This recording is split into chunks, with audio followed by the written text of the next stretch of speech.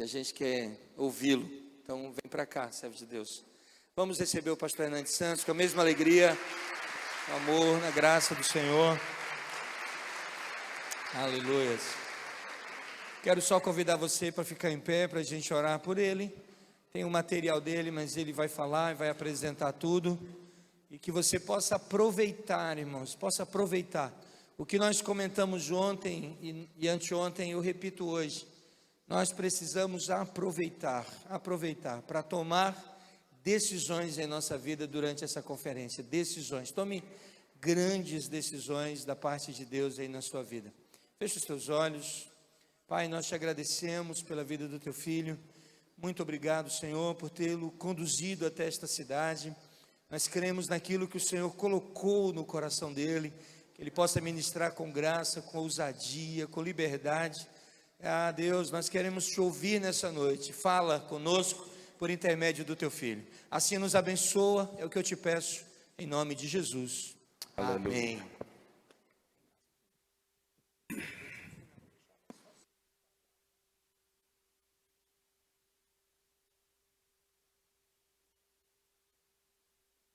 Uma boa noite a todos. Graça e a paz do Senhor. Amém, irmãos? É uma alegria, uma honra estar aqui pelo terceiro ano. É isso mesmo? Aguentando, aturando Hinaldo, Leandro.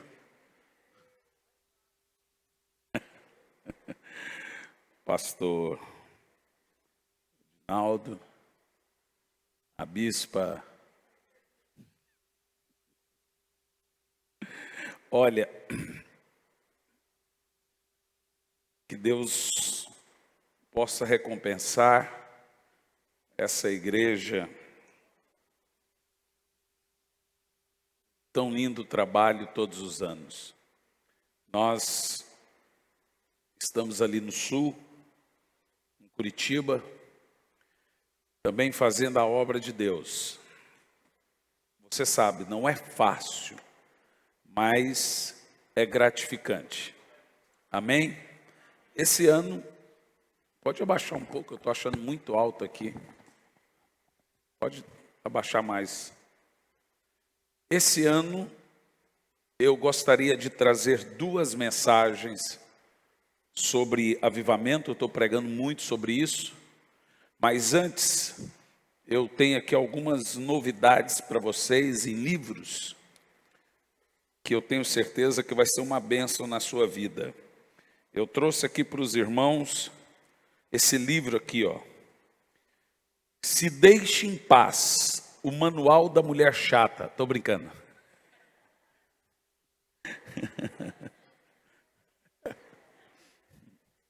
O Manual da Mulher Feliz. Olha, eu lancei esse livro pela nossa editora, da doutora Gisele Lobac. Chegou na minha mão, você sabe, a gente recebe muitos livros ali na editora, pessoas querendo lançar o livro, e eu li esse livro. Eu achei assim fantástico o livro. Muitas coisas interessantes no livro. Eu descobri algumas coisas sobre mulheres que eu achei que eu nunca ia descobrir. Por exemplo, a mulher até os 40 anos de idade, ela fica competindo a atenção do marido, já viu não? Vai me deixar sozinha? É assim mesmo? Vou assistir o filme sozinha? Vou assistir não sei o quê? Vai sair com os amigos? Vai me deixar sozinha? Depois dos 40 ela fala para o marido, vai sair não?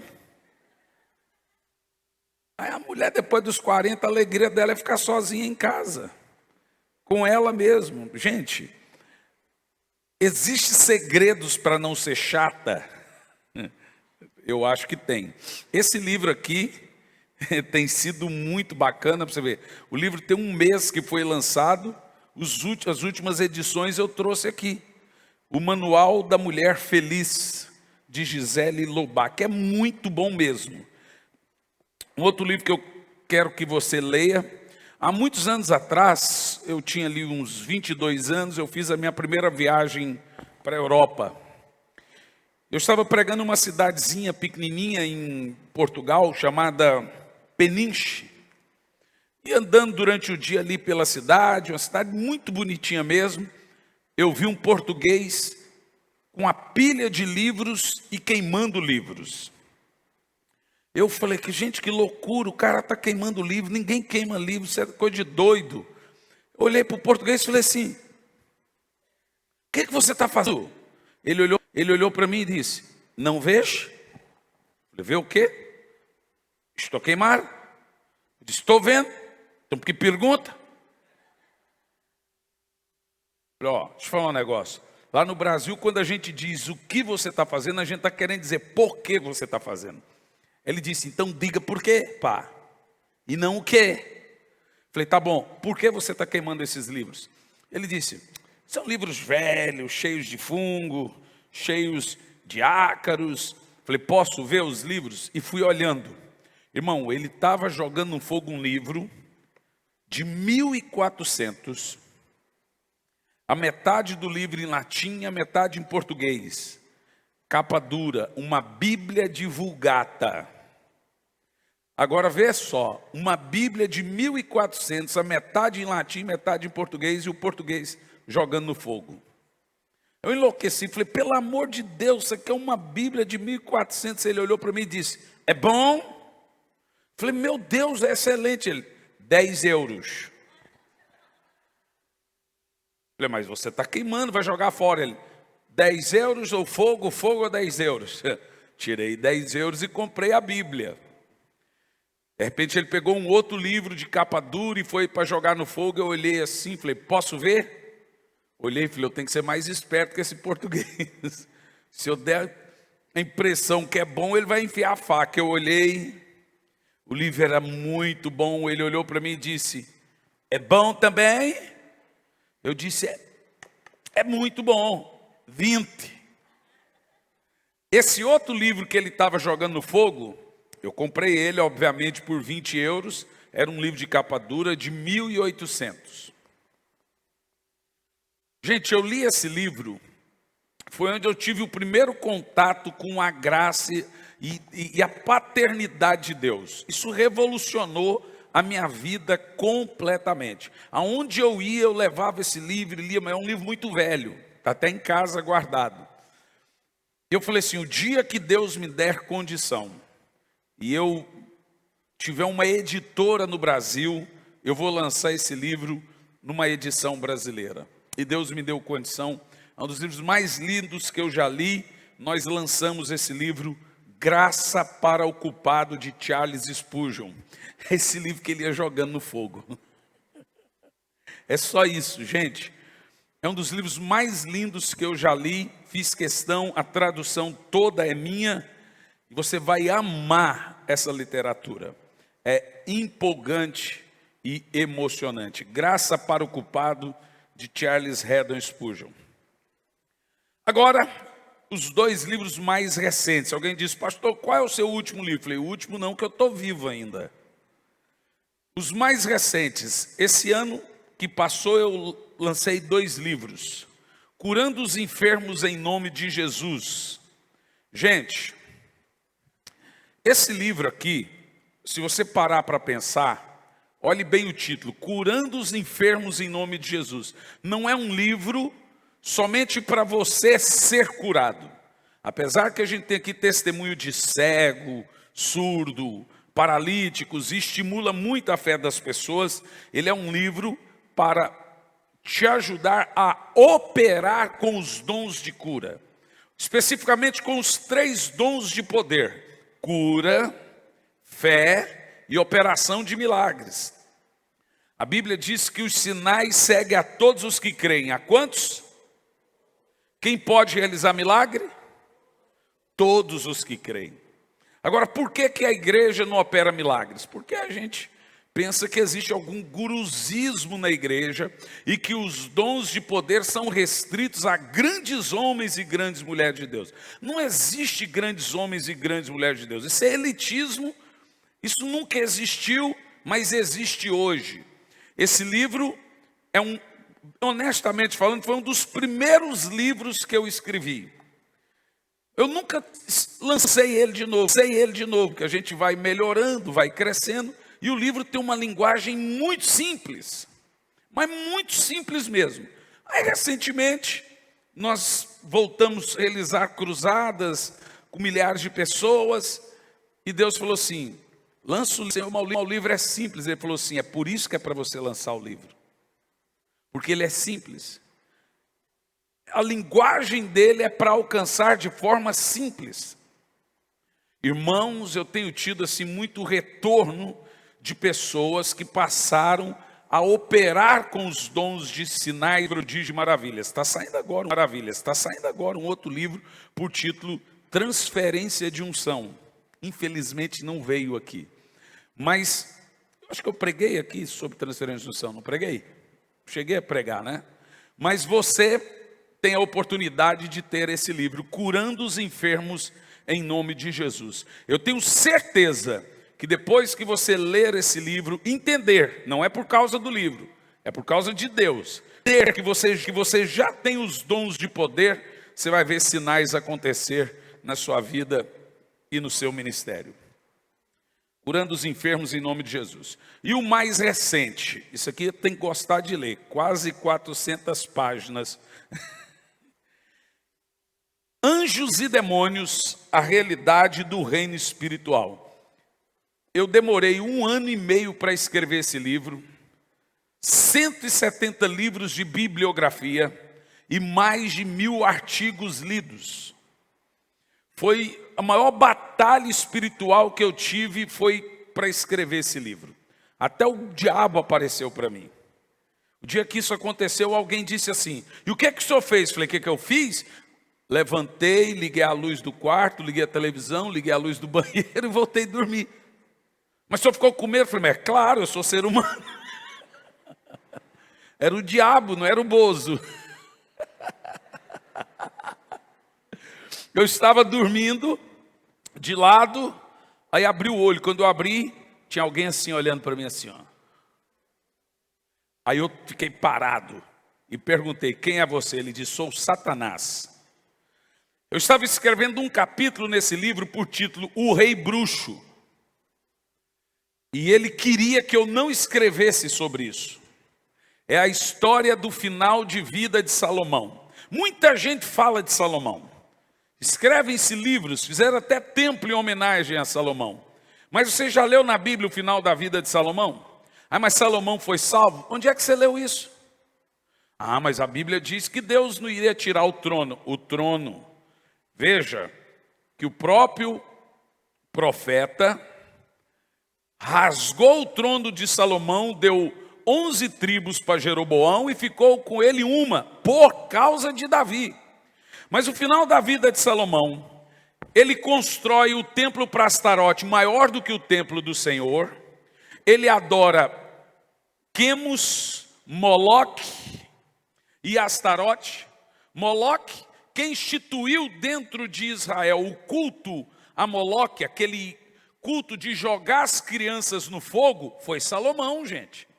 Quando Jeremias vem e as mulheres adoram a Moloque, jogava as crianças para Moloque em sacrifício no fogo, foi Salomão que começou com isso. Você vai ver o livro de Jeremias quando Deus está indignado porque o povo de Israel está adorando a rainha dos céus, Astarote, que hoje é popularmente conhecido como, em todo o país ela tem um nome de santa, é a rainha dos céus. Começou com Salomão. Salomão, a Bíblia diz que ele termina a sua vida velho, com 80 e poucos anos, bruxo e louco. É assim que termina.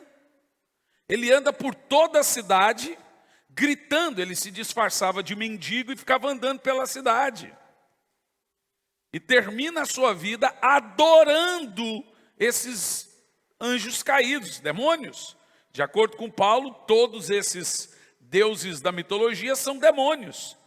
E é assim que termina a vida de Salomão.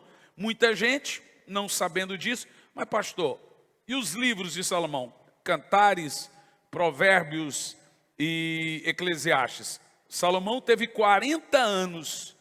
Nenhum rei teve tanto contato com a glória de Deus como Salomão. Deus apareceu para Salomão 3 vezes. Veja você que é um perigo muito grande você ter contato com a glória e não se manter. 40 anos de busca, 40 anos de desvio, 80 e poucos anos. E eu estava escrevendo um capítulo, por título, O Rei Bruxo, mostrando que quem instituiu a bruxaria, a feitiçaria, culto a demônios dentro de Israel foi Salomão. Escuta essa aqui. Em um outro livro meu, não vou dizer o título, eu tinha um capítulo falando contra a maçonaria. E esse livro era de uma editora, não minha. A editora queria que eu tirasse o capítulo que falava mal da maçonaria. Eu te falei isso. Falei, não vou tirar. Então nós não vamos lançar mais o livro. Tudo bem, eu escrevo outro. Escrevi um outro, maior e melhor, e me aprofundei ainda muito mais contra as sociedades secretas. Esse livro aqui, irmãos, é o maior manual de batalha espiritual que você vai ler. Eu passeio por toda a Bíblia, desde a criação, da pré-criação, como Deus criou Lúcifer, a composição de Lúcifer, como Deus criou os anjos, a composição dos anjos, como Deus criou os homens, como Deus criou o espaço, terra, céu e etc., dimensões, 7 dimensões, tudo. Quem leu o Anjo Caído, esse é um complemento do livro. Eu passei por tudo e chego, quando você vai na Torre de Babel, onde começam os cultos a demônios, ali na Torre de Babel, você ore muito para ler esse livro, viu, irmão? Não leia de noite. Estou brincando. Mas ore. Isso aqui não é uma brincadeira. Não, se você é menor de 15 anos, não leia, a menos que você tenha muita certeza do seu nível de maturidade, mas é um livro para gente madura, tem que gostar de ler, ó. Quase 400 páginas, Anjos e Demônios, a realidade do reino espiritual. Infelizmente, irmãos, assim como das outras vezes, pode parecer que eu trouxe muita coisa, são 2 caixas, não é muita coisa, lhe explico, porque são 4 títulos. Então, em 2 caixas, você divide ela em 4 títulos, não dá nada. Eu acho que deve ter ali 30, 40 de cada no máximo. No máximo. O livro Anjo Caído, Anjos e Demônios mesmo, olha, só ele ocupa aí 4 livros. Então, é muito volume, volume, entendeu? Dentro disso eu trouxe também uma série de pendrives duplos. Um lado, um pendrive só de batalha espiritual, uma série com 60 aulas de batalha espiritual. Aqui eu te ensino até, você saber até discernir. Você sabia que demônio tem cheiro?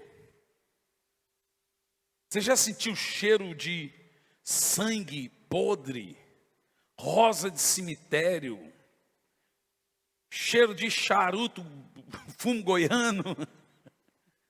Cheiro esquisito, irmão, você tem em algum lugar, fica aquele cheiro estranho, cheiro de cemitério, cheiro de morte, cheiro de uma coisa esquisita. São 20 anos com cruzada, libertação e cura, eu sei até o cheiro que a pessoa exala quando ela está possessa. São experiências que a gente vai tendo no campo, como discernir. Exala cheiro quando uma pessoa está endemoniada. Então, um pendrive com uma escola para libertadores. E um outro, 30 mensagens sobre avivamento já. É um pendrive duplo, tá bom? É um pendrive com 70 mensagens. Eu estava falando para os irmãos que foram me buscar. Hoje, muita coisa nossa está disponível gratuitamente no YouTube. Essas não, isso aqui é áudio, então não está no YouTube. E às vezes eu entro lá para ler os comentários. Aí um crente, irmão, crente velho vira capeta.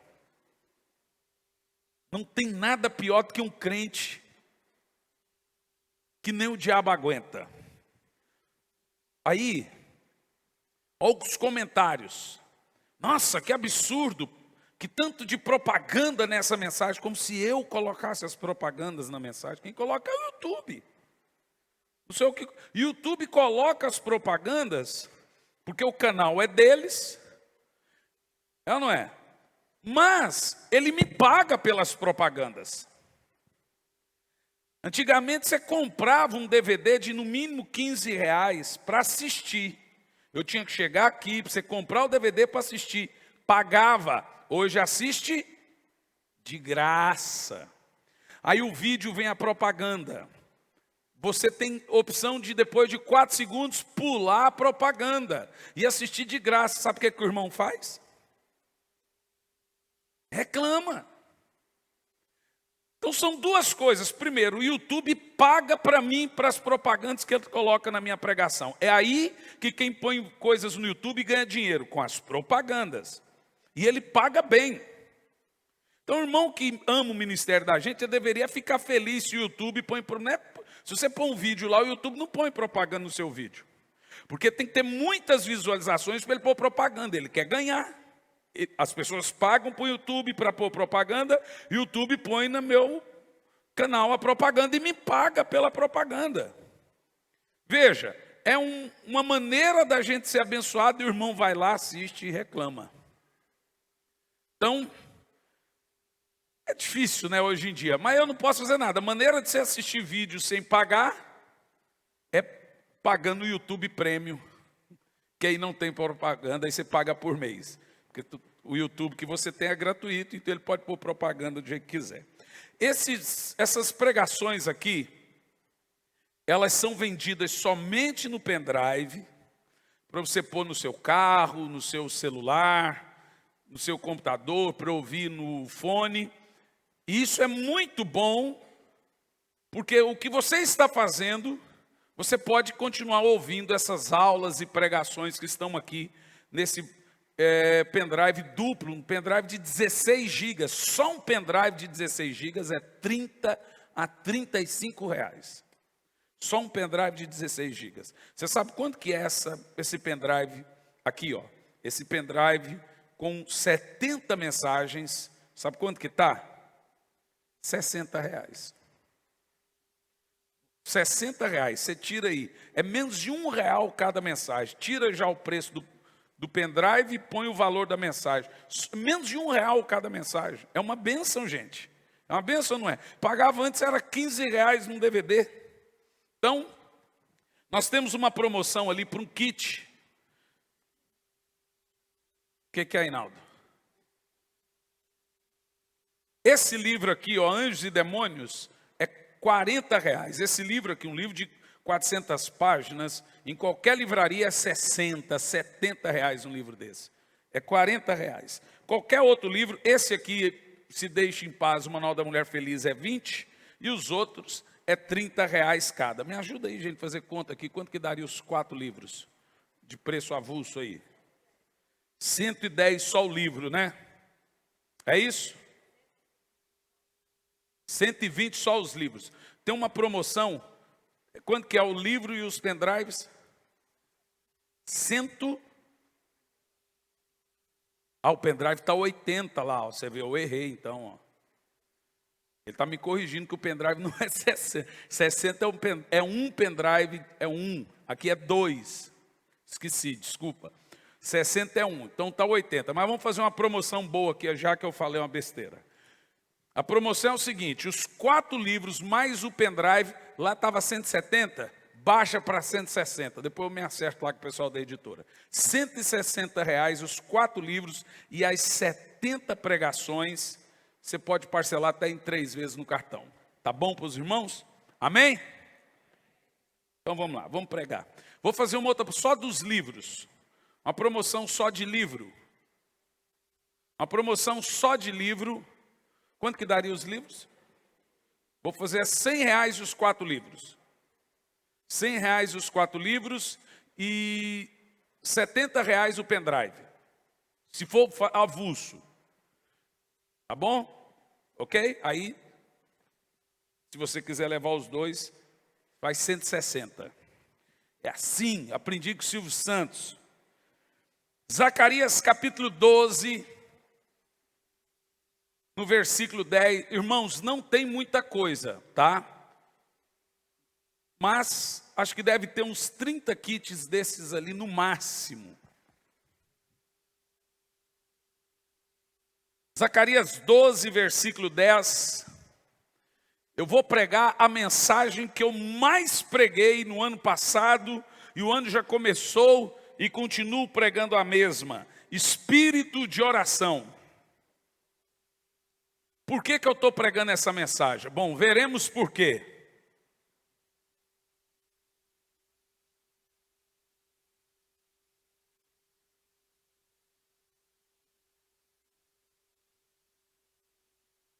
Mas derramarei sobre Jerusalém e os habitantes de Israel um espírito de ação de graça e de oração.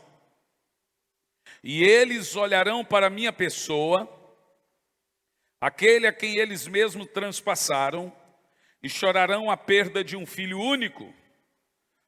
Olharão para mim e chorarão a perda de um filho unigênito. Senhor, fale conosco. Que não seja eu quem fale, mas que seja o teu Espírito falando aos nossos corações. Incendeie o nosso coração, meu Pai. Incendeie o nosso interior, Senhor. Ó Espírito Santo, fale a cada um de nós aqui hoje, em nome de Jesus. Amém. Poucas pessoas sabem que eu fui criado pela minha avó. Somos 5 filhos, mais 5 filhos abandonados pelos pais. E eu fui criado pela minha avó. Com a minha avó eu aprendi a arte da oração. A minha avó hoje tem uns 90 e poucos anos, mas é uma mulher que orava hoje não mais, pelo menos de 5 a 6 horas por dia. A minha avó tinha uma mania. Ela escreveu na parede do quarto dela o nome de todos os parentes. São 16 filhos, mais de 60 netos e não sei quantos bisnetos. Então ela entrava para dentro do quarto e ficava orando nome por nome, de um por um. Que coisa linda. Dura quando ela queria que eu orasse junto com ela.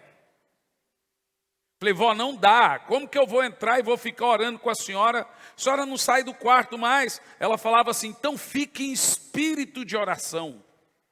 Irmão, a primeira vez que eu ouvi a palavra espírito de oração, e eu nunca entendi o que é espírito de oração.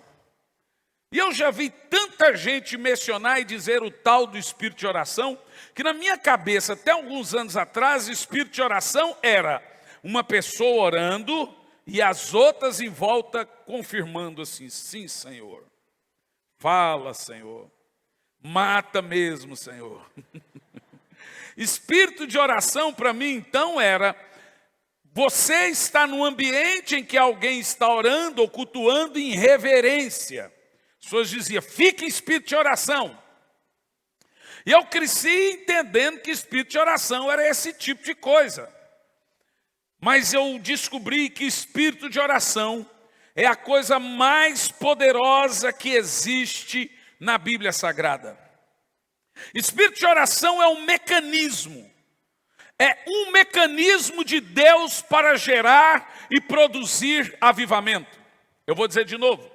Espírito de oração é o mecanismo mais poderoso de Deus para gerar e produzir um avivamento em uma pessoa, em uma cidade ou até em uma nação. Espírito de oração é uma graça derramada pelo Espírito Santo a irmãos que irão clamar por um avivamento. Eu vou dizer de novo. Espírito de oração é uma graça derramada pelo Espírito Santo a irmãos que irão clamar por um avivamento. Neste caso do texto que nós lemos de Zacarias 12, 10, o espírito de oração será no final dos tempos derramado sobre a nação de Israel, e quando eles receberem o espírito de oração, eles irão chorar por Jesus e entender que aqueles a quem eles mataram era o Filho de Deus. O espírito de oração, ele vem especificamente antes do nascer de um grande avivamento. A maneira que Deus tem para anunciar um avivamento é derramar sobre pessoas um espírito suplicante, um espírito de oração. Deus nunca despejou ou derramou o avivamento em algum lugar antes de levantar pessoas para orar. Nenhum avivamento vem. Nenhum avivamento vem porque pessoas pregaram. Nenhum avivamento vem a partir do púlpito, do altar, da pregação ou de pregadores famosos. Todo avivamento nasce de espíritos suplicantes, de homens e mulheres chamados para orar. Por exemplo, na profecia do profeta Joel, nós vemos que antes do Senhor prometer o avivamento que veio no Pentecostes, ele chama o povo a uma assembleia solene, ao que a Bíblia chama de espírito suplicante ou um espírito de oração. No livro de Crônicas, o Senhor diz que se o povo orasse, se humilhasse, clamasse e se convertesse dos seus maus caminhos, ele iria enviar um avivamento a tal ponto que iria sarar toda a terra. Neste contexto, o avivamento viria para transformar a nação. O próprio avivamento do Pentecoste veio depois de insistentes idas e vindas dos discípulos ao local de oração. O avivamento do Pentecoste veio depois que eles iam todos os dias para orar. Eles estavam com espírito de oração. Na história, todos os avivamentos nasceram depois que uma comunidade, um povo e até mesmo uma nação receberam um espírito suplicante, um espírito para orar. Então, o que é um espírito de oração? O espírito de oração, meus irmãos, é uma graça de Deus derramada na vida daqueles que sentem dor pelo pecado do seu povo e da nação. Antes de Deus enviar o avivamento, ele envia um espírito de oração. Antes de Deus enviar um espírito de oração, ele envia um espírito de compaixão. Antes de uma pessoa ter fome e desejo para orar, ele começa a sentir a dor pela queda da nação, pelos desvaneios e depravação da nação e de um povo. O espírito de oração, ele vem a avivalistas. O que é um avivalista? Avivalista não é um pastor famoso, assim como avivamento não é um grande evento. Os grandes eventos é resultado de um avivamento. Avivalista é aquele que tem um coração disposto a clamar. Não é um homem vestido de saco, é uma alma vestida de saco. Não é a veste rasgada, é o coração rasgado. O espírito de oração é um dom específico, temporário, precedente a um grande mover. É um prenúncio de uma glória. Quando Deus levanta pessoas para orar, Ele está anunciando o avivamento. Quando pessoas têm desejo de orar, Deus está anunciando o avivamento. Eu não acredito em avivamento porque multidões se reúnem. Eu não acredito em avivamento porque enche estádios, igrejas ou ruas e valas. Eu acredito em avivamento que o povo se volta para Deus. Espírito de oração é uma graça derramada por Deus na vida de pessoas que irão clamar e preceder a história de um grande avivamento na sua nação. Então o espírito de oração, ele vem com um único propósito: levantar avivalistas. O que é um espírito de oração então? O dom de orar. Esse dom, ele é manifesto em nós, por nós e através de nós. Muitos oram, mas quem tem um espírito de oração, ele é ungido para orar. Tem pessoas que têm facilidade de orar. Tem outros que oram. A minha avó orava, e depois de certo tempo que ela estava orando, eu já não entendia mais o que ela falava. Ela ficava só gemendo. E misturava baba com ranho de nariz. E ficava mais ou menos assim, ó. Você já viu gente orando assim? Bom, esses têm um espírito de oração. Espírito de oração é receber dentro de você o prazer por orar. O prazer para comunicar-se com Deus. Nenhum avivamento virá antes da igreja orar. Não existe avivamento que nasce de network. Todo avivamento vem do céu. Então Deus não se emociona ou não é influenciado porque você patrocinou um vídeo na internet. O espírito de oração é uma bênção de Deus em nosso coração para orar de forma suplicante. A história nos mostra que o Espírito Santo é derramado sem medidas quando obtivermos ou quando passamos a ter o espírito de oração. A primeira vez que eu ouvi o termo espírito de oração, claro, foi com a minha avó, mas de forma mais técnica foi lendo um livro de Charles Finney. Charles Finney, um livrinho muito pequeno, ele dizia que toda vez que o espírito de oração estava fora dele, ele orava, mas como um outro qualquer. Mas quando ele estava de posse do espírito de oração, então ele perdia o tempo. Tanto Finney como John Wesley tinham a mania de amarrar-se no cavalo. Eles ficavam tanto tempo em cima do cavalo. John Wesley, por exemplo, viajava mais de 50 quilômetros por dia. Só cavalo é muita coisa. John Wesley ganhou mais de 1 milhão de almas para Jesus. Há relatos que John Wesley orava às vezes 19 horas. Tem relatos que às vezes ele orou 24 horas, virou o dia. Finney, a mesma coisa. Eles amarravam no cavalo porque às vezes dormiam, cochilavam para não cair. Às vezes oravam em cima do cavalo, paravam, oravam na mata.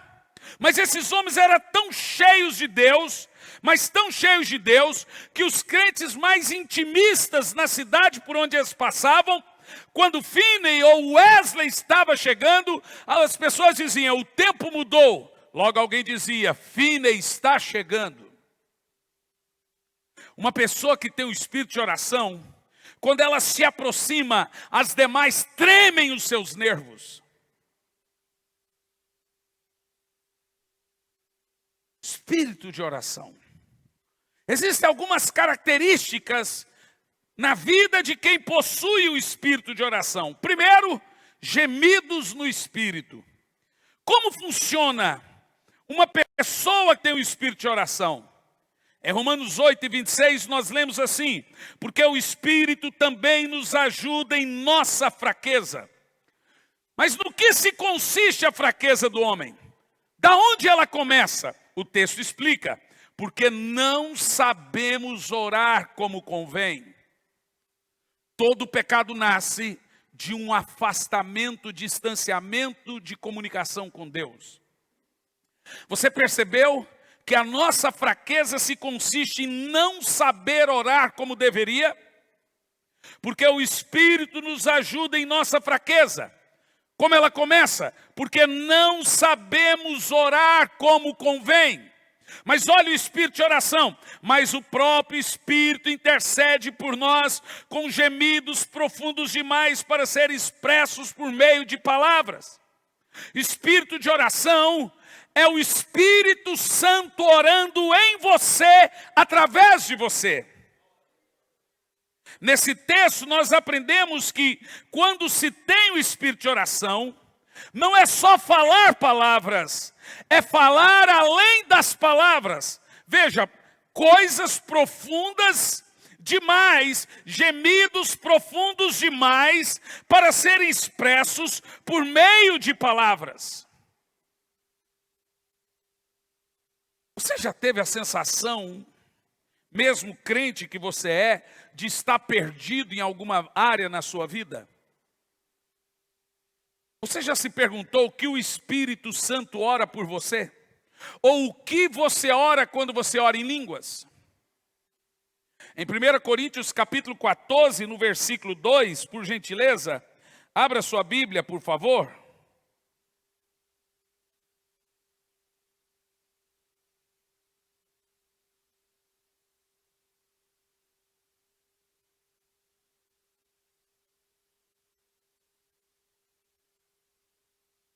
Porquanto quem se expressa em uma língua estranha não fala aos homens, mas a Deus. De fato, ninguém o compreende, pois em espírito fala em mistérios. Bom, eu já li esse texto várias vezes e durante muito tempo eu perguntava: Senhor, que mistério eu falo quando eu estou orando em espírito? Você já se perguntou qual é o mistério que você está falando com Deus quando você está orando em línguas?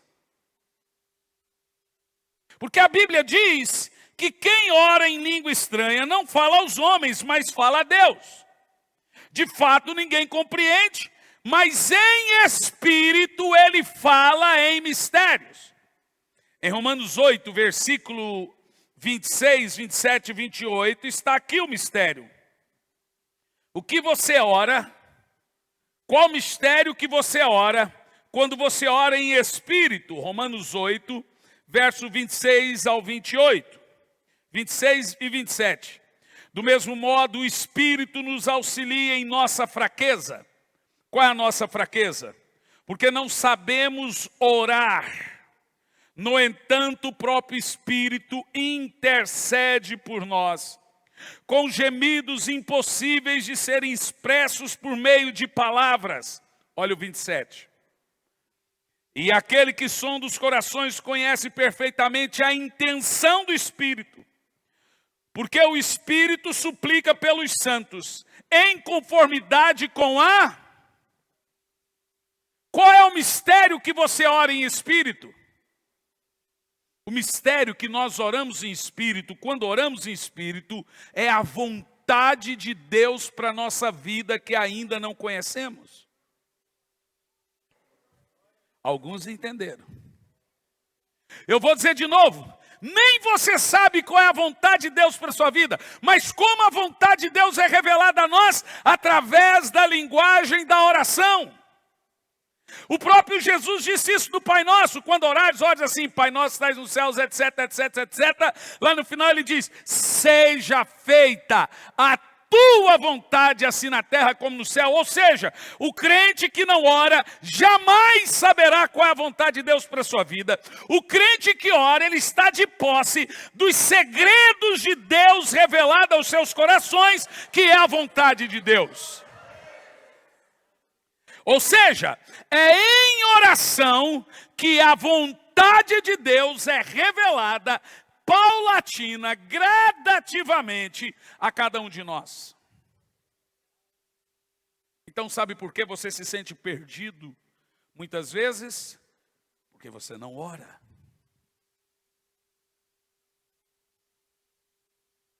Deixa eu fazer algumas perguntas aqui. Quem fala com Deus todo dia? Você fala com Deus ou fala de você para Ele? Você ora. Você ora. Você sabe o que é a oração de fato? Qual é a linguagem da oração e a linguagem da palavra para cada um de nós? Em Atos 6:4, os apóstolos dizem: quanto a nós nos dedicaremos à oração e ao ministério da palavra. Pastor, qual é a diferença da palavra e da oração? Bom, a diferença é grande. Mas esses dias alguém me perguntou qual é o mais importante. Eu disse, qual asa do avião é mais importante? Mas cada um tem uma missão e uma função diferente. Por exemplo, poucas pessoas irão pregar.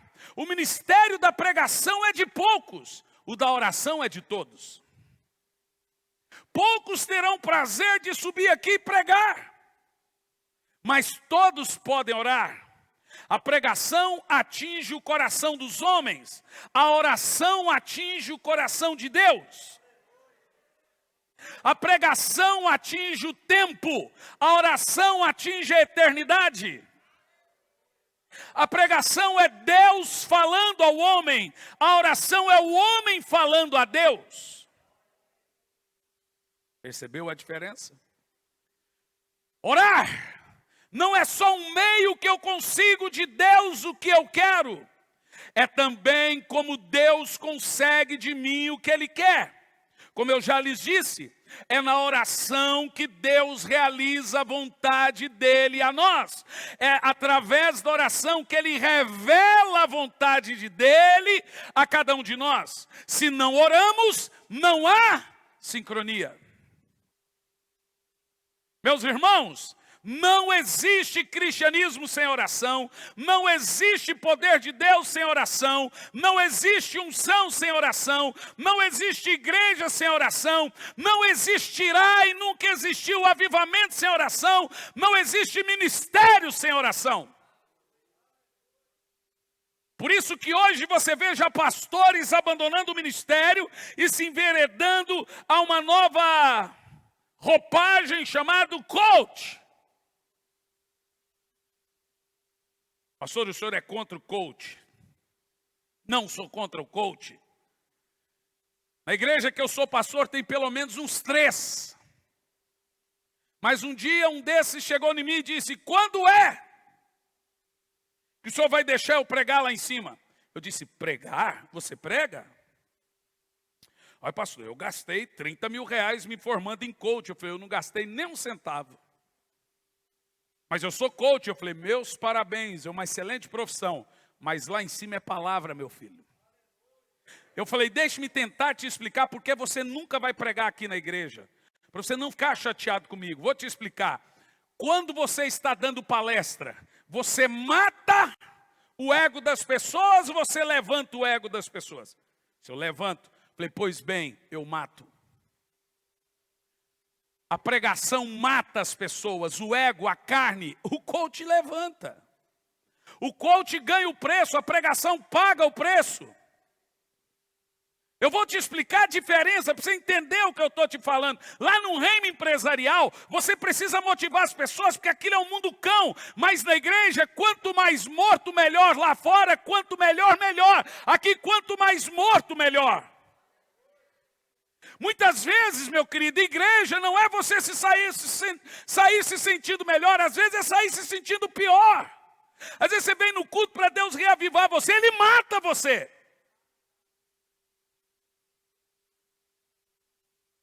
Não tem muito a ver com a pessoa se sentir bem. Púlpito não tem a ver com a lei da procura. Aqui é palavra, aqui é poder de Deus. Tem coisa que o Método Ciso, Paulo Vieira, Tony Robbins, Augusto Cury, Não vai te dar, irmão. Tem coisa que é o joelho, tem coisa que é jejum, oração é busca. Deixa eu te falar uma coisa, é o quarto de oração. Irmão, pode parecer retrógrado, pode parecer quadrado, mas oração e jejum ainda fazem a diferença. Oração ainda é o melhor e o maior meio de promover e crescer e vencer no ministério.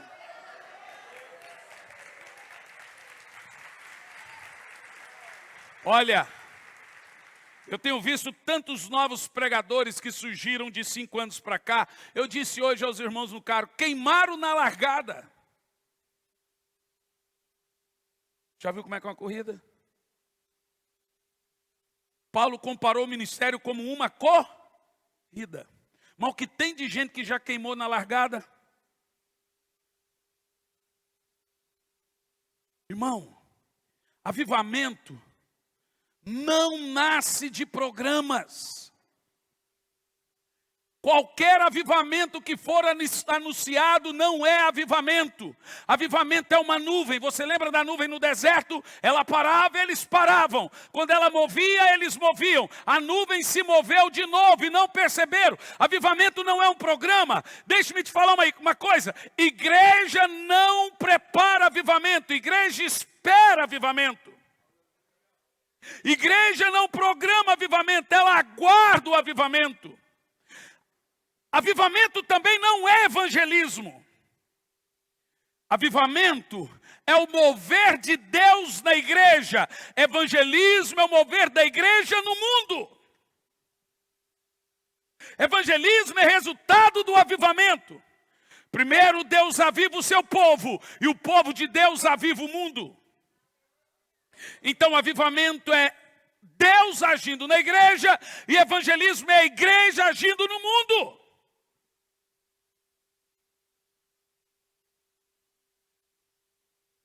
Há muitos anos atrás, o meu filho me fez a pergunta, ele era bem novinho, ele tem 17 anos, disse, pai, o que é avivamento? Vem cá, filho. Levei ele num pasto e mostrei para ele uma vaca. Está vendo aquela vaca no pasto? Sim, pai. Não é avivamento. Levei ele no mesmo pasto e mostrei para ele um passarinho em cima do poste. Está vendo aquele passarinho no poste? Sim, papai, não é avivamento.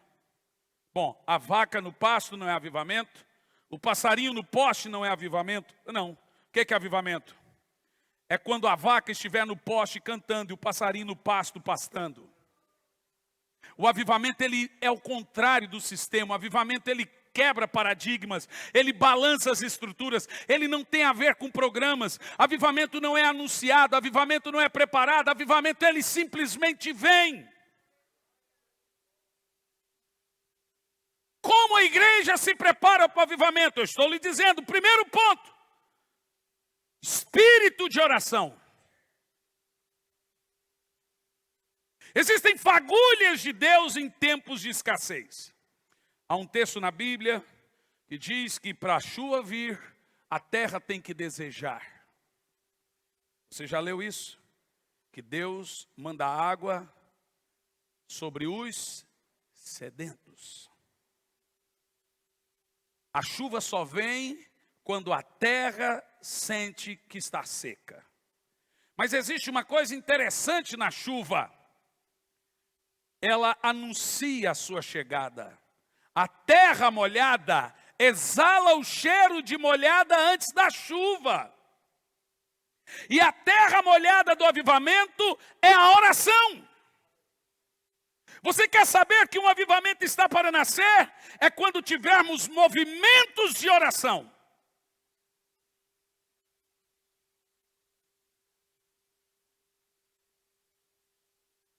Meus irmãos, se você vai por águas rasas, você vai aonde você quer. Mas se você vai em águas profundas, é o rio que te leva. Enquanto a igreja souber controlar o seu programa, ela está em águas rasas. Enquanto você conseguir controlar muitas coisas incontroláveis espiritualmente na sua vida, você não atingiu as coisas mais profundas. O reino espiritual é poderoso. Se você não topar o diabo quando você estiver indo, é porque você está andando lado a lado com ele.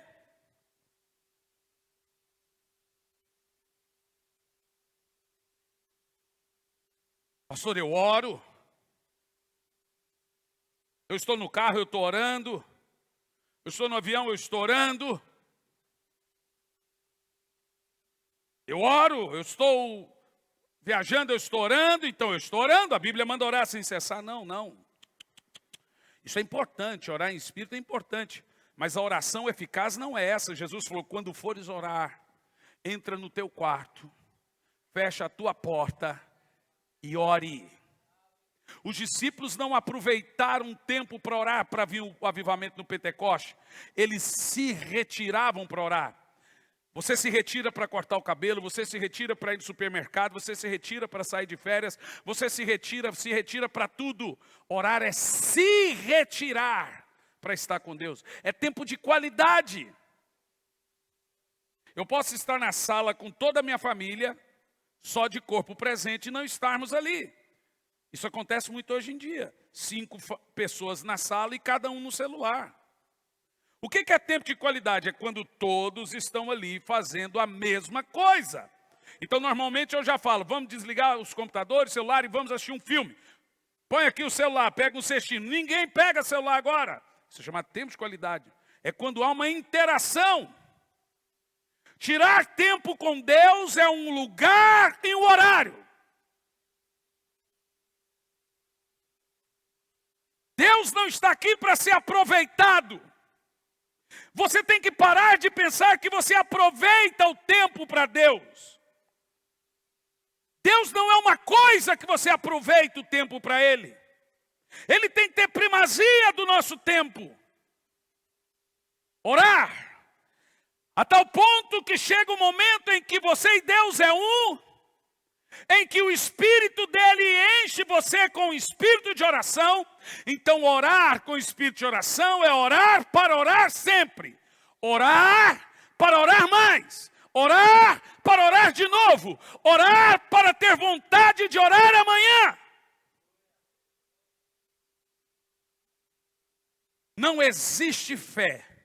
Não existe cristianismo sem oração.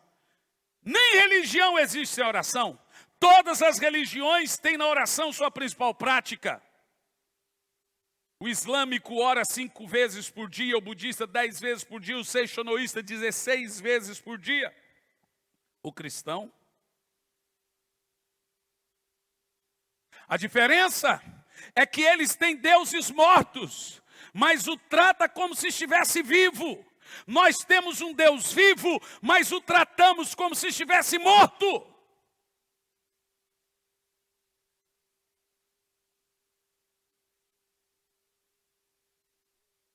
A maneira como a igreja do século 21 vem lidando com as coisas espirituais, eu ouço ela bradar e dizer, Senhor, aquilo que o Senhor começou no espírito, nós estamos terminando na carne.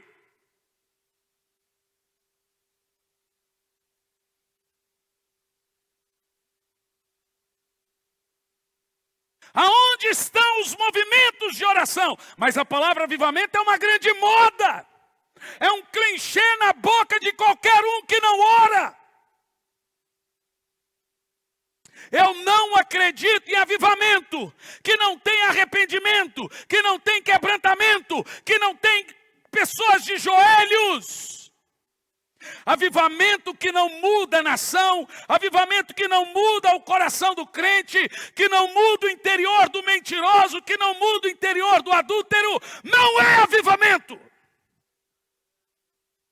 O avivamento de verdade, aonde ele chegou, ele mudou tanto espiritualmente como socialmente uma nação. Eu posso me desgastar aqui alguns minutos dando exemplo a você de avivamentos em países que mudou a ótica social de uma nação. Se Deus realmente está ou vai avivar a nossa nação, Ele vai mudar a nação socialmente e a cultura desse país. senão não é avivamento. Por mais que reúna multidões nas ruas, nós estamos mudando o status das pessoas, mas não estamos afetando o caráter delas. Você sabe, parece que quanto mais crente aparece nesse país, ele vai ficando pior. Dizem que daqui em 2030, o país será 55% evangélicos. Pô, mas isso tem que afetar em tudo. Eu quero ver esse povo buscando ao Senhor, eu quero um avivamento. Eu vejo muita gente interferindo e pouca gente intercedendo. Irmãos, eu estou no momento que eu não quero saber quem caiu, não quero saber quem pecou, não quero saber aonde tem um escândalo, onde tem. Eu quero é Deus, eu quero buscar a Deus, eu quero é ganhar almas, eu quero ter o meu tempo com Deus. Nenhuma batalha será vencida se você não orar. Deixe-me te dizer uma coisa: se o diabo destruir sua vida de oração, ele já fez mais da metade.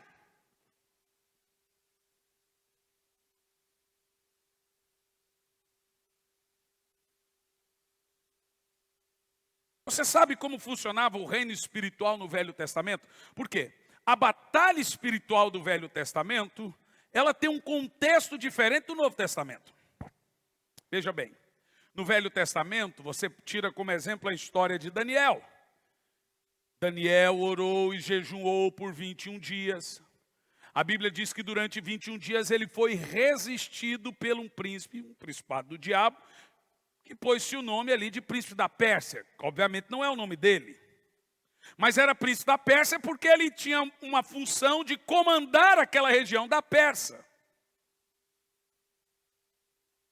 A Bíblia diz que Daniel orou. A oração dele chegou. Mas ela não voltou.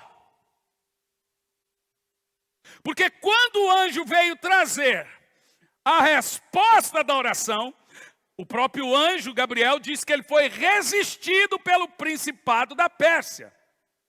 E ele disse: eu vim, Daniel, e eu não posso ficar aqui por muito tempo, porque logo depois do príncipe da Pérsia veio o príncipe da Grécia. Então quando vim lhe trazer a revelação, resultado da sua oração de 21 dias, então o príncipe do exército de Deus chamado Miguel saiu à batalha para que eu viesse falar com você, Daniel.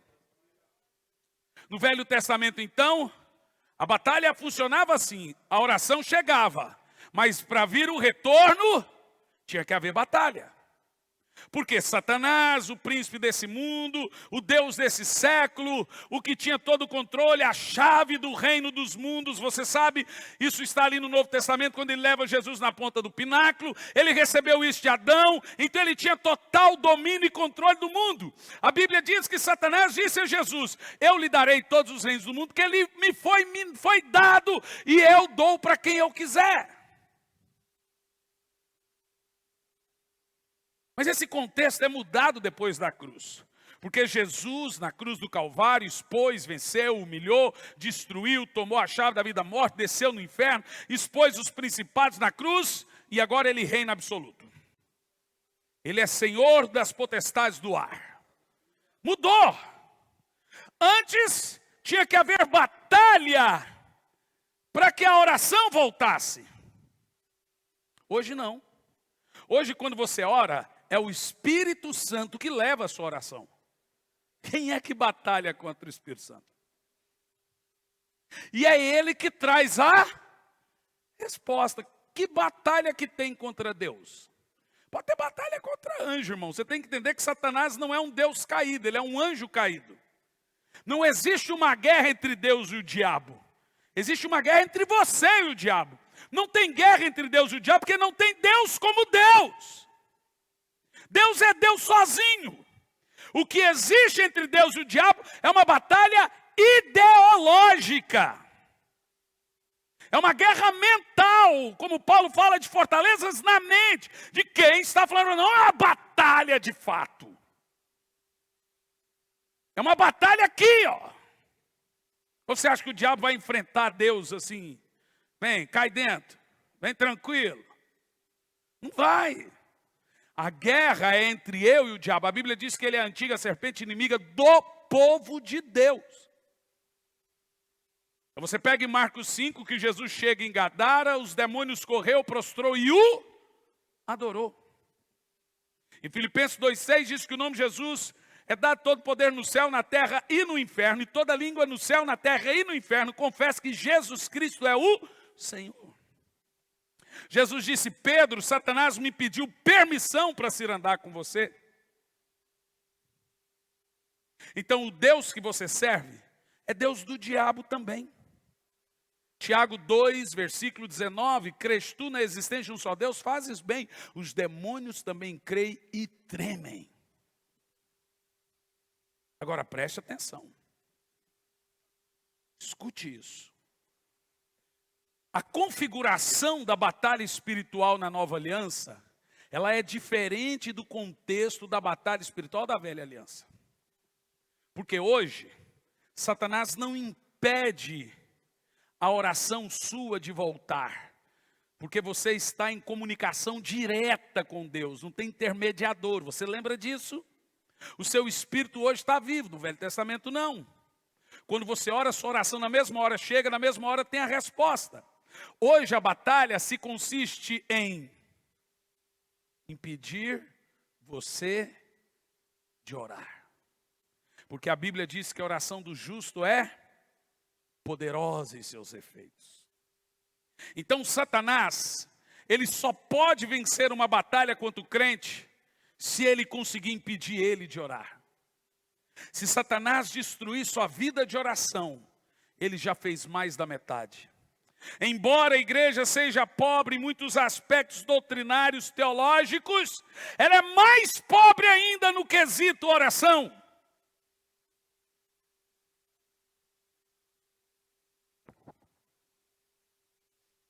Você ora. Satanás não tem medo quando eu subo aqui para pregar. Satanás teme quando eu entro no quarto para orar. Irmão, você para pensar. Um anjo caído, um demônio. Eu vou usar o termo demônio para maior entendimento. Porque existe uma diferença entre anjo caído e demônio. Depois você lê o livro. Mas um anjo caído, um príncipe das trevas, só um, ele é mais poderoso que todos os exércitos do mundo.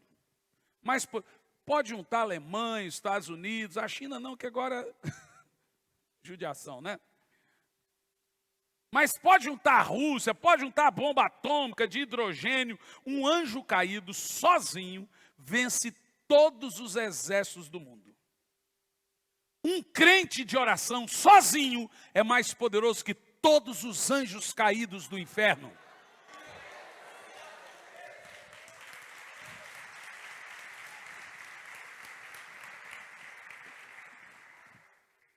Você entendeu o que eu disse?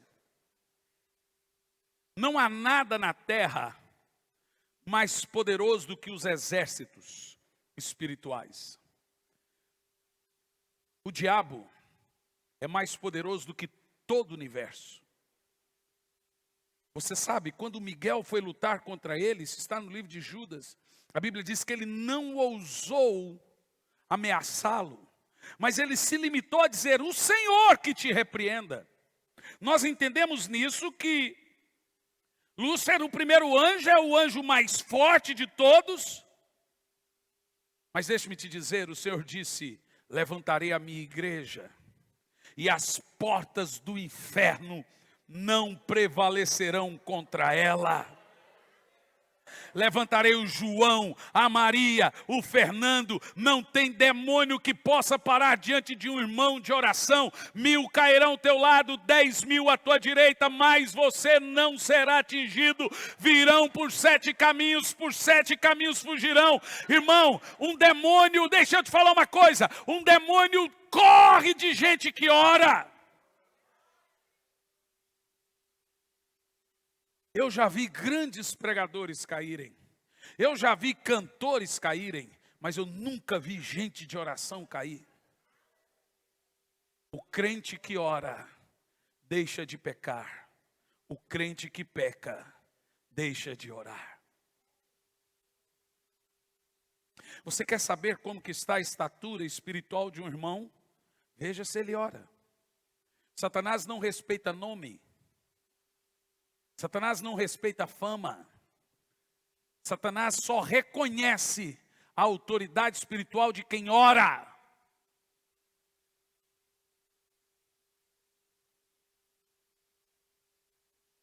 Os homens famosos no reino espiritual nem sempre são os homens famosos no reino material. Eu estava pregando em Goiânia, preguei justamente essa mensagem. E terminou o culto, fiquei ali conversando com o pastor. Fomos para o hotel próximo à igreja, num bairro chamado Vila Nova, um bairro bem bravo. Meia-noite e pouco. Quando estávamos descendo uma rua, vi uma irmã, meia-noite e tal. Ela tinha uma Bíblia na mão, um caderno de hinos, e ela horas lia um texto, horas cantava um hino, horas orava. E vinha subir na rua. Logo eu percebi, essa irmã não está vindo do culto. Andando devagarzinho, cantando hino, orando, na rua, meia-noite e tal. Falei, pastor, para o carro. Eu quero observar. A irmã foi, subiu e voltou, subiu e voltou. E orava, cantava e lia um texto. Da outra vez que ela foi subir, eu baixei o vidro e falei, irmã. Ela olhou para mim e continuou. Fiquei no vácuo. A irmã muito famosa. Cheguei no hotel, aquilo me incomodou tanto, que no outro dia pela manhã fui na portaria e falei assim, olha, deixa eu fazer uma pergunta. Aqui no bairro ontem, aconteceu um negócio, tarde da noite, quase 1 da manhã, uma senhora orando no meio da rua, a mulher já começou a rir. É a irmã fulana de tal. Vocês conhecem? Todo mundo conhece. Há 6 anos ela ora da meia-noite às 6 da manhã, de segunda a sexta, nas ruas. Falei, tá, mas não é perigoso? Ela falou, perigoso é quem incomoda ela. Eu falei, ixi.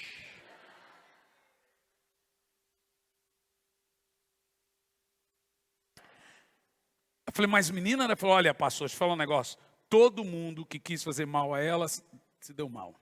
Aonde ela ora, se tem bar fecha, se tem droga acaba, se tem ponto de prostituição. Há 6 anos ela ora. Aonde ela ora, nasce um monte de igreja.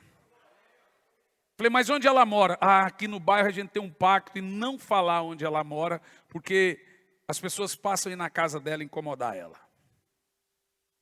O nome dela, também não falamos. Mas, gente, aquilo mexeu tanto comigo, que eu estou falando aqui agora. Tem 1 ano que eu estou falando dessa irmã. E eu falei, Senhor, o que é isso? Ele falou assim, isso é terra molhada. É a terra anunciando a chuva. Sabe o que é avivamento, Hernani? Não é quando essa irmã estiver na rua orando, é quando a igreja estiver na rua orando. Você sabe o que é avivamento?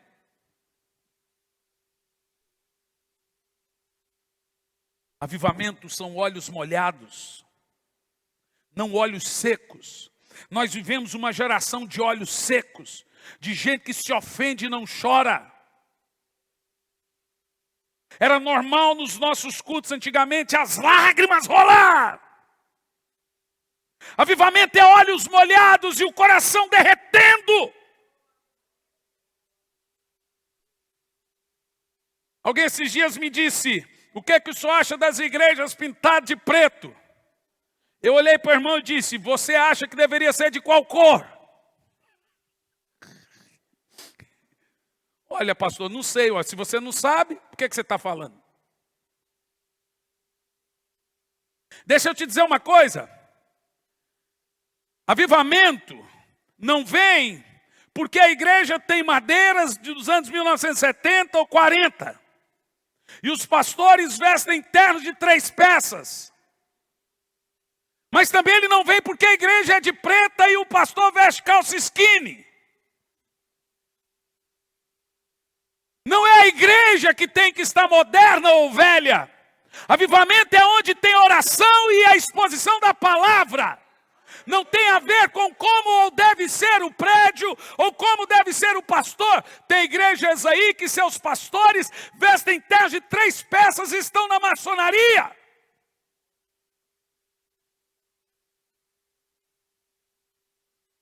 E falam baixinho. A igreja é uma linda catedral. Avivamento não é sobre o prédio, avivamento não é sobre as músicas que cantamos, avivamento começa dentro do coração do crente. Deixa eu te falar uma coisa, há um texto na Bíblia que me destrói.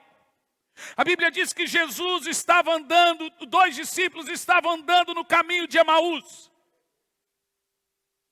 E de repente apareceu um homem com eles e começou a conversar, e conversa vai, conversa vem. Quando chegaram na cidade, então eles pediram para aquele moço, fica conosco. O moço ficou com eles. A Bíblia diz que a hora que ele partiu o pão, os homens perceberam que era Jesus. Então ele desapareceu. E aí um falou para o outro, era Jesus e não percebemos. E o outro disse, mas você viu que enquanto ele falava os nossos corações queimavam? Avivamento é quando o seu coração está queimando por Jesus. É quando os seus olhos estão cheios de lágrimas. É quando você chega em casa e a televisão está desligada. Não te dá vontade de ir para o Netflix. Não te dá vontade de ir para o celular. Te dá vontade de ir mais uma vez para o quarto de oração. Avivamento é a paixão por Jesus sendo reacendida no nosso coração. Eu só vou crer que estamos em avivamento quando o nosso coração queimar por Jesus.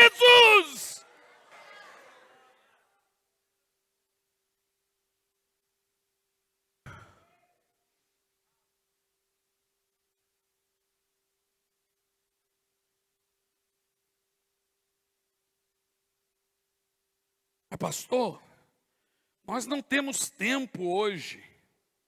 A vida é corrida. A geração dos iPads, iPods, Facebook, Twitter, Instagram, WhatsApp, Snapchat. Geração Netflix, HBO Plus, Amazon Plus, Telecine Plus. Geração Game of Thrones. Geração Telecine. Geração stream de vídeo, de áudios. Geração de Spotify, Deezer, iTunes, geração de smarts. Essa geração só vai provar uma coisa, que a falta de oração nunca foi por falta de tempo.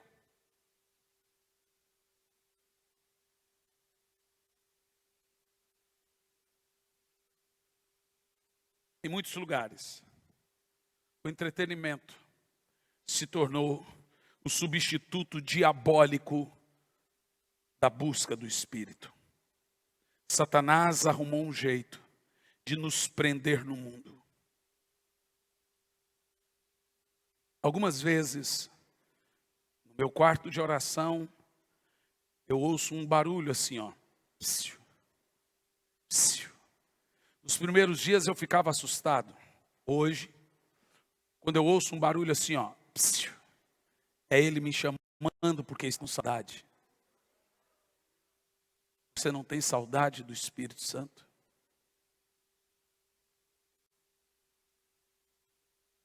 Você não tem saudade de orar?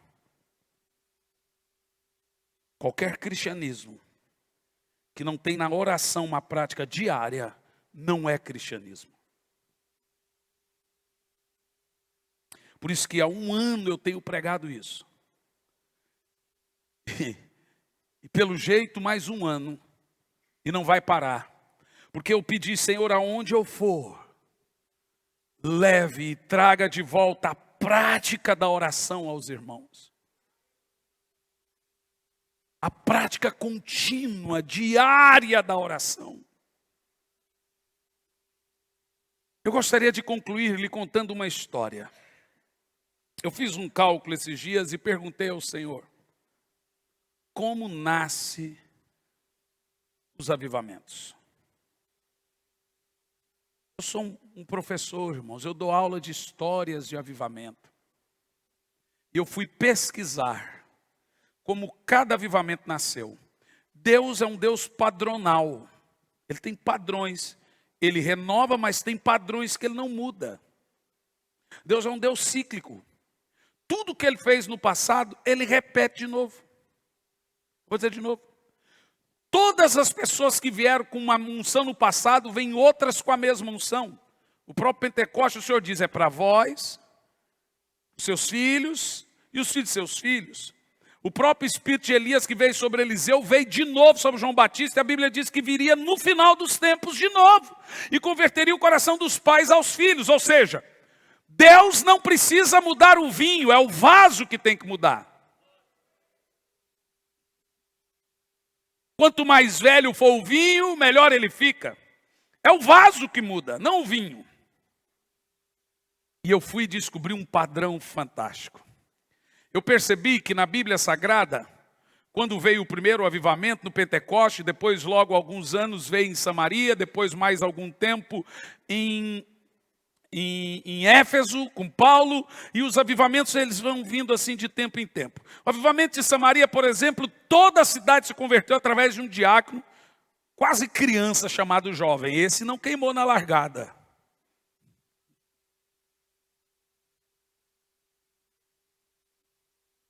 Então, depois em Éfeso, um grande avivamento através de Paulo. O avivamento apostólico foi tão poderoso que só em Roma, dos 14 bairros de Roma, 11 eram todos cristãos. Aquilo assustou tanto Nero, que Nero pôs fogo em Roma e alegou que foram os cristãos. Só não pôs fogo nos bairros, pôs fogo só nos bairros não cristãos, e os que eram cristãos não teve fogo, alegando que foram os cristãos, dando um álibi para ele queimar os cristãos vivos em Roma. Paulo, em cadeia, ganhou 18 mil pretorianos, preso. Paulo sozinho ganhou, claro, com o Espírito Santo, todo o Império Romano. Foi o maior ganhador de almas em cadeia. Avivamento. Aí eu comecei a ver na história. E se você puxar a história dos avivamentos hoje, você vai ver que tem um padrão. Todo avivamento, depois do tempo apostólico, depois de um certo tempo, ele vem de 100 em 100 anos. Escute bem. A cada 100 anos, uma grande onda de poder varre o mundo. Eu vou dizer de novo. Sempre antes de um grande avivamento, o mundo está no seu pior momento. Antes do avivamento do Pentecostes, só você ler Joel. O povo passava fome, as cidades assoladas, as plantações assoladas, não havia mais espiritualidade no mundo. Sempre antes de um grande avivamento, o mundo está no seu pior momento. Momento social, sofrimento, em todos os sentidos. Eu vou começar em 1400. Vou chegar até aqui para você ver qual é o padrão de Deus para despejar uma grande onda de poder. A cada 100 anos na história, uma grande onda de poder veio sobre o mundo, senhores. Em 1400, o Senhor trouxe uma onda de poder sobrenatural através de um jovem chamado Jerônimo Savonarola, em Florença, na Itália. Jerônimo era um monge, mas é um monge que dançava fora da curva, um novo, um menino. Esse também não queimou na largada. Jerônimo Savonarola orava mais de 15 horas, 12, 10 horas por dia. Ele orava e ele ia para a praça de Florença e pregava. Pregava contra as indulgências, pregava contra as idolatrias, pregava contra as cobranças e etc, etc. E as multidões queimavam seus livros, feitiçarias, bruxarias, tudo, e eles se arrependiam. Agora o Papa manda uma carta para Jerônimo proibindo ele de ensinar a Bíblia. Então ele começou a ensinar o povo a ler a Bíblia. A Europa toda é avivada através de um jovem monge de 19 para 20 anos de idade chamado Jerônimo. O próprio Martim Lutero diz que o verdadeiro reformador é Jerônimo. Foram os escritos de Jerônimo, eles mandavam periódicos que iam para os jornais, foram os escritos de Jerônimo que influenciaram a Europa. A Europa toda é avivada através de Jerônimo e começa a ter uma mão lateral contra o sistema das trevas que tinha na época. Mas, 8 anos depois de suas homilias, Jerônimo é queimado na praça de Florença por pregar a palavra e trazer avivamento sobre a Europa. Estava ali cheiro de terra molhada. Enquanto Jerônimo era queimado, ele dizia: vocês me queimam, mas depois de mim vem um que vocês não vão conseguir queimar. Um tição tirado do fogo. Podem matar o meu corpo, mas não podem queimar a minha alma. 100 anos depois, quanto tempo? Vem Martim Lutero. E agora Deus usa a política para proteger Martim Lutero. O príncipe da Alemanha e o rei Tudor protegem Martim Lutero porque eles não gostavam do Papa, e a política protege Lutero. E aí Lutero usa o que ele já tinha recebido do monge, escritos e periódicos. Lendo Romanos 1,17, Lutero tem a revelação da justificação pela fé. Martim Lutero orava mais de 10 horas por dia. E vocês sabem, senhores, o que aconteceu? A grande reforma, o grande avivamento dos anos 1500. 1600, quanto tempo? Em 1600, Deus levanta agora um jovem chamado John Bunyan. Os escritos de John Bunyan só não são mais lidos do que a Bíblia. O seu livro, Peregrino, é o livro mais lido do mundo depois da Bíblia. John Bunyan escreveu 78 livros e ficou preso por 14 anos. Mas John Bunyan ganhou mais de 1 milhão de almas para Jesus. Era um jovem que orava de 7 a 12 horas e depois ia para pregar. Em 1600. Agora em 1700, Deus já começa a fazer uma ponte entre a América e a Europa. Na América ele levanta um jovem chamado, um homem chamado Jonathan Edwards e o seu genro chamado David Brenner.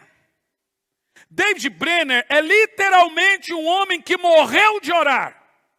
David Brenner queria ganhar índios. E ele falava: Senhor, me dê as almas dos índios ou tire a minha. Me dê almas ou tire a minha. Me dê as almas dos índios ou eu morro. Na região da Nova Inglaterra, em Massachusetts, toda aquela região ali, abaixo de 30, 35 graus, ele orava na neve. Muitas vezes na sua oração ele estava cuspindo um pedaço do seu pulmão. Ele morreu com 29 anos, mas batizou 50 mil índios. Literalmente temos aí um jovem que morreu de tanto orar. Jonathan Edwards, seu sogro, era um gago. Então ele tinha vergonha. Então ele lia os seus sermões e escondia o rosto do povo pela vergonha, usava a mão aqui. Em um dos seus sermões, o sermão mais famoso de todos os tempos, por título Pecadores na mão de um Deus irado, ele orou por 2 semanas e jejuou antes de pregar o sermão. Quando ele foi pregar o sermão na Nova Inglaterra, só na Nova Inglaterra ele batizou mais de 50 mil pessoas através desse sermão. Teve gente que infartou enquanto ele pregava. Tamanho era o poder de Deus de contrição e arrependimento enquanto Jonathan Edwards pregava o seu sermão. Ele não conseguia falar, então ele leu o sermão. E quando ele abaixa assim o papel e a lamparina, as pessoas estão com a cara no chão, se arrependendo de seus pecados. Na Europa, Deus levanta um homem. 2. John e Charles Wesley. John Wesley, depois dos apóstolos, é o maior evangelista itinerante que a terra já conheceu. Jesus foi um evangelista itinerante. Paulo foi um evangelista itinerante. John Wesley recebeu uma mensagem de Deus no seu coração. Com 35 anos, ele foi enviado pela igreja anglicana para a Geórgia para evangelizar os índios. Mas ele não conseguiu ganhar nenhum índio para Jesus e foi mandado embora da agência missionária. Veja, John Wesley foi mandado embora da agência missionária. Ele descobriu que ele era religioso, mas não tinha um encontro com Deus. Então ele volta para a Inglaterra decepcionado. Um dia ele está orando e a Bíblia diz que o Espírito Santo veio e acendeu e pôs o seu coração em chamas. Agora, na primeira igreja que ele vai pregar, uma igreja anglicana, ele prega e as pessoas começam a chorar. Aquilo gera um efeito contrário na igreja na época. Todas as igrejas da Europa põem uma foto e o nome de Wesley na porta dizendo proibido pregar. Porque aquele homem estava mexendo com o ritual das igrejas. Então ele não podia pregar nas igrejas. Sabe o que ele fazia? Ele ia para os cemitérios, ou para as praças, 20, 30, 40, 50, 100 mil pessoas reuniam para ouvir John Wesley pregar, como no Sermão do Monte com Jesus. John Wesley agora estava com seu coração em chamas. É o homem que a história conta que mais orava. Eu estive lá no quartinho de John Wesley. Ele orava, gente. Ele acordava todo dia 4 da manhã e ficava até o meio-dia orando e depois ia pregar. Eu nunca vi avivamento nascer sem a prática da oração. Só se mudar agora. Mas eu não estou vendo nenhum movimento de oração e muito movimento. Só se Deus mudar o padrão agora, mas na Bíblia não foi assim, no Velho Testamento não foi assim, na história não foi assim, e agora o povo falando e ninguém orando.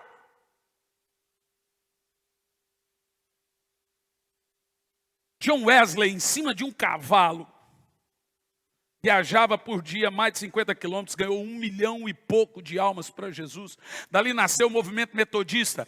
Foi John Wesley que pronunciou a frase, minha paróquia é o mundo, que ele não era bem-vindo nas igrejas, porque ele pregava arrependimento e Espírito Santo. Então as igrejas não aceitavam as mensagens de John Wesley. Então o bispo anglicano perguntou, por que as multidões estão indo atrás de você? Ele diz, Deus põe fogo em mim e eles vêm para me ver queimar. Nunca, desde o Pentecoste, o maior avivamento que existiu foi o avivamento metodista, em 1700. Se não fosse o avivamento metodista, o evangelho não existia mais aqui hoje. Agora em 1800, quanto tempo? Quanto tempo, senhores? Em 1800, Deus levanta um outro tição, por nome Charles Finney. Ah, senhores, Finney é uma coisa impressionante. Finney é chamado o homem que carregava o óleo. Finney também não saía de casa antes de orar mais de 5 horas. Finney era um homem tão cheio de unção, que as pessoas sabiam quando Finney estava chegando. Há relatos de Charles Finney chegar em fábricas ou passar na rua, demônio manifestava, gente caía ungido, pessoas eram curadas igual a sombra de Pedro através da unção que estava em Charles Finney. Isso está na história. Deus revolucionou a América e a Europa através desse avivalista chamado Charles Finney, o pai do pentecostalismo. Foi lendo os livros de Finney que a Rua Azusa trouxe uma renovação pentecostal. Foi de Finney que eu li pela primeira vez o termo espírito de oração e a palavra avivamento. Charles Finney é influenciado por John Wesley. E agora Charles Finney traz uma revolução de poder e manifestação de dons. Demônios se manifestando, gente sendo curada, conversões em massas. Quanto tempo? Em 1900. 1904, num paizinho chamado País de Gales. 1906, numa rua nos Estados Unidos chamada Rua Azusa. Nos Estados Unidos, Deus levanta um jovem chamado Samuel Seymour. E na Europa, o Senhor levanta um jovem. Agora eu vou falar desse jovem, chamado Evan Roberts. Meus irmãos, a história de Evan me deixa em crise. Evan Roberts tinha 16 anos. Quando ele chegou na igreja, viu o seu pastor com mais de 80 anos orando. E ele queria conversar com o pastor. E o pastor está de joelho e orando, cansado assim: Senhor, dobra minha vida, Senhor. Dobra minha vida, Senhor. Dobra minha vida. E não parava, só orava isso. Dobra minha vida, Senhor. Dobra minha vida, Senhor. Dobra minha vida, Senhor. Ele foi embora. Ele voltou no outro dia. O pastor estava de joelho no mesmo lugar com a mesma roupa. Dobra minha vida, Senhor. Dobra minha vida. Então o pastor levantou. Opa. Oi, Evan, você está aí já há muito tempo? Uai, pastor, o senhor está aqui desde que hora? Não sei. Hoje é que dia? Então descobriu que o pastor tinha virado o dia, 24 horas, orando. E a oração era: dobra minha vida, Senhor. Dobra minha vida. Isso em inglês é quebranta-me.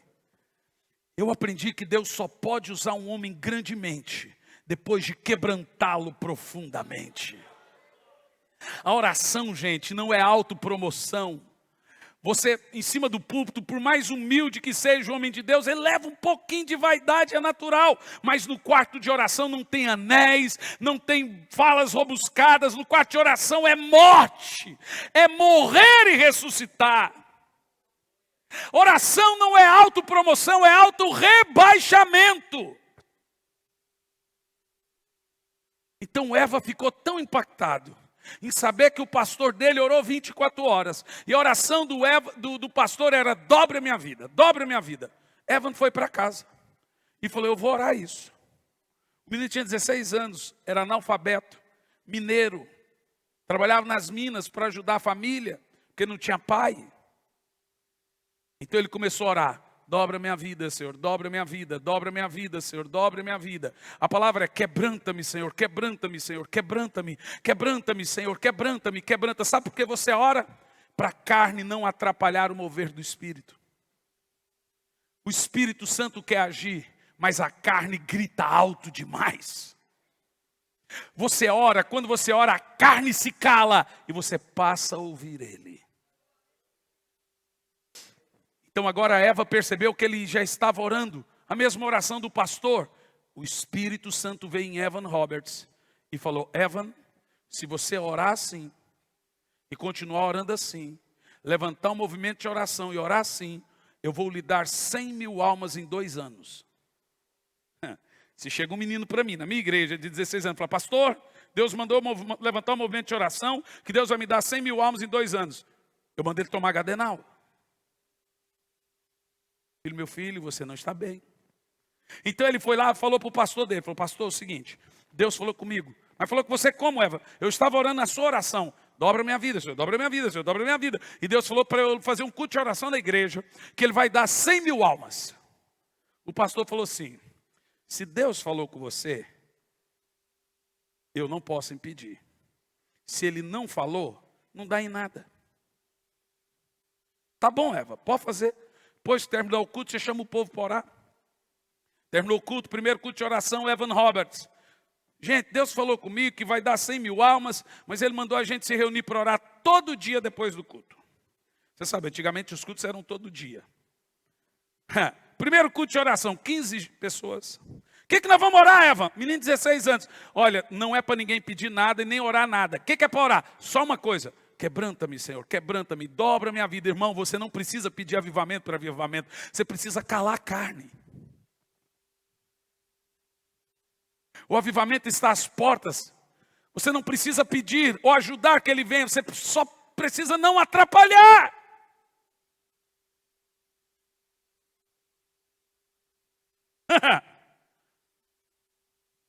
Agora Evan está orando, dobra, dobra, dobra. De 15 jovens já não era mais 15. Passou um tempo, já era 50. Quebranta-me, dobra minha vida, Senhor, dobra minha vida. De 50 a 100, dobra minha vida, Senhor. De 100 agora é 500 jovens. Dobra minha vida, dobra minha vida. De 500 agora é 1000. Dobra minha vida, Senhor. De 1000 já vai juntando, já vai juntando. É 5.000 jovens no pátio da igreja. Dobra minha vida, Senhor. Dobra minha vida, Senhor. Dobra minha vida, Senhor. Dobra minha vida, Senhor. De 5.000 jovens agora 10.000. O Espírito Santo falou, Eva, muda a oração. O que é? Agora fala, dobra o país de Gales, Senhor. Agora é 10.000 jovens. Dobra o país de Gales, Senhor. Dobra o país de Gales, Senhor. Dobra o país de Gales, Senhor. Dobra o país. Agora, Eva, muda a oração. Agora fala, dobra a Inglaterra. Dobra a Inglaterra, Senhor. Dobra a Inglaterra. Agora é 20.000 jovens orando na rua. Dobra a Inglaterra, gente. O avivamento durou 2 anos. Os estádios em dia de jogo eram vazios. E nos cultos de oração eram 100.000 jovens orando. Há relatos no avivamento de Gales, você pode ir na internet, você fica chocado, que os juízes davam luvas brancas de presente uns para outros, porque não tinham presos. As cadeias estavam abertas.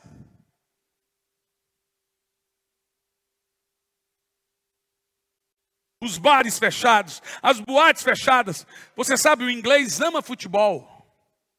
Mas em época de jogo de seleção, tem um relato da seleção inglesa que ia jogar, mas os jogadores tinham estado no culto de oração, entraram tremendo e não conseguiram jogar porque estavam orando em línguas, porque estavam no culto de oração. Você sabe, o avivamento do país de Gales foi tão poderoso, que em 2 anos, eles ganharam 105.000 almas para Jesus. E esse avivamento se alastrou por toda a Europa nos anos 1900. Quanto tempo? 100 anos. Deixa eu te contar uma história. Eu estava indo pregar em Teresópolis, na Igreja Batista Lagoinha. Terminou o culto. Os jovens vieram a mim e falaram, pastor, como a gente pode viver o sobrenatural? Qual é o segredo? Eu falei, se fosse segredo eu não contaria. Então qual é a forma? É assim. Vocês precisam crescer. Mas Deus não usa criança? Deus chama criança, mas não usa criança. Pastor, mas o que a gente fala? Não estou falando de crescer em estatura, idade. É outro tipo de crescer. Vou te dar um exemplo. Eu tenho uma menina de 4 anos. Se eu pegar um brinco de ouro, uma bonequinha da LOL, e falar, filha, qual você quer? O que você acha que ela vai escolher? Sabe por quê? Porque criança não discerne valor. Revelações profundas não entram em mentes superficiais. Coisas sobrenaturais não estarão em corações rasos. Enquanto você não tiver muita fome, você não vai impactar sua geração. Deus não vai te usar só porque você quer ser usado. Deus vai te usar se você tiver fome dEle.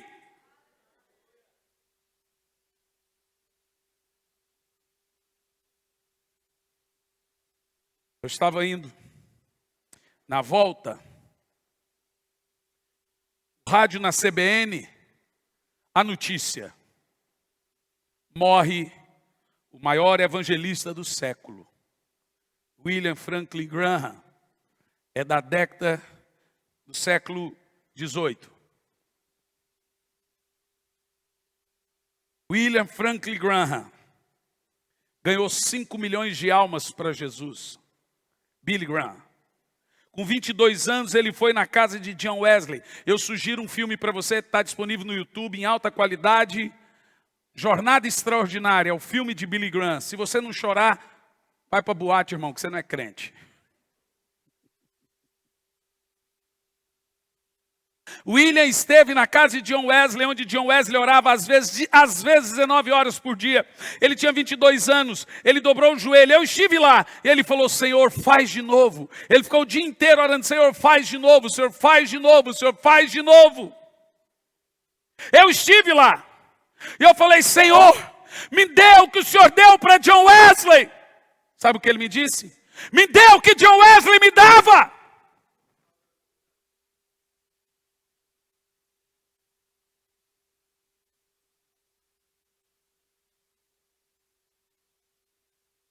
Foi John Wesley que disse: põe fogo no seu sermão ou põe seu sermão no fogo. Amanhã à noite eu vou pregar uma mensagem por título: Custo da unção. Você precisa entender que a unção é o diferencial na vida de um homem de Deus. Não é como ele fala ou a profundidade que ele tem. É a unção. É o óleo. William se levantou com 22 anos. Ganhou 5 milhões de almas para Jesus. Eu não vou falar sobre Billy Graham. Todo mundo conhece Billy Graham. E eu tenho o privilégio, louvo a Deus, de ter vivido no tempo em que viveu Billy Graham. Não vivi em tempo de John Wesley, de Paulo, mas vivi no tempo de Billy Graham. Tem gente que nem sabe quem era.